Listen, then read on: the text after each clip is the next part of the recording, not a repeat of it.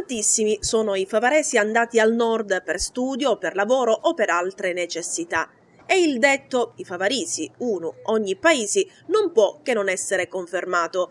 A noi favaresi c'è però una cosa che ci lega, specie quando ci troviamo fuori dalla nostra città: l'amore per le proprie origini e per i propri compaesani. È il caso del gruppo WhatsApp L'Indicchieggi a Milano, nato su idea dell'instancabile Adriano Varisano.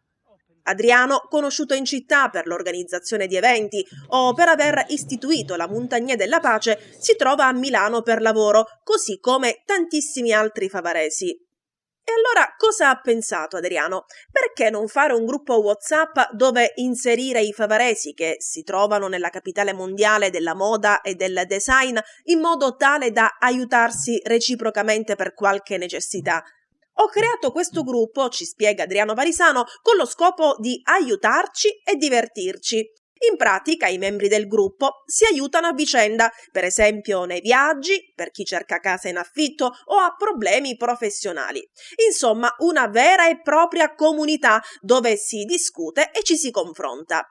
Ma lo scopo non è solo questo. Il gruppo, ci spiega Adriano, serve anche per divertirci e condividere le serate nei migliori locali milanesi, dove prenotiamo a nome di L'Indicchieggi, partecipando sempre in tanti. Un bel senso di appartenenza alle proprie origini, quello dimostrato da Adriano e dai partecipanti al gruppo, formato al momento da circa 110 persone. Gruppo che ovviamente è destinato a crescere. Chi si trova fuori e vuole entrare a far parte della comunità dei Linticchieggi a Milano può contattare Adriano al numero 380 4322 838. Chissà che questa idea non possa essere riproposta in altre città con una forte presenza di favaresi. Attenzione solo a non far proseguire il famoso detto "favarisi uno in ogni paesi" con "e sun ginnè meglio è".